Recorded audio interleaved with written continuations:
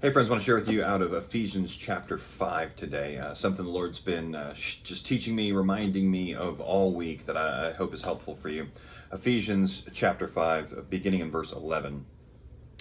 Take no part in the unfruitful works of darkness, but instead expose them. For it is shameful even to speak of the things that they do in secret.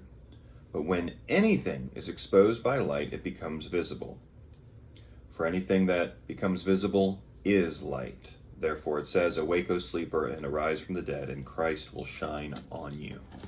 Such an important passage as Paul's writing here to the church at Ephesus, and there were people who were hiding different sins, secret sins, false teachers, all kinds of things going on.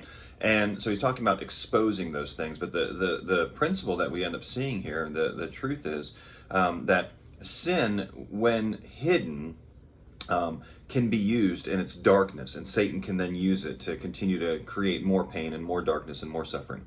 And so it's interesting that what Paul says is actually expose it to the light, get it out, confess it to the Lord, but also confessing it to others, those who need to be in the situation where confess it, and then the power is taken away. There's no more power with that sin, and Satan has no more power with it because it's now in the light. And then it actually says that it becomes light. Well, what does that mean?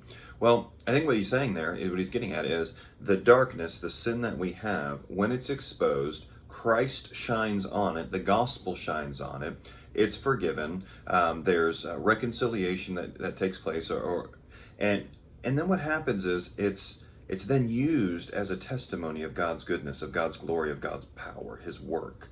So that dark sin that was just causing issue is now light itself. That darkness has become light because it's been brought to the light.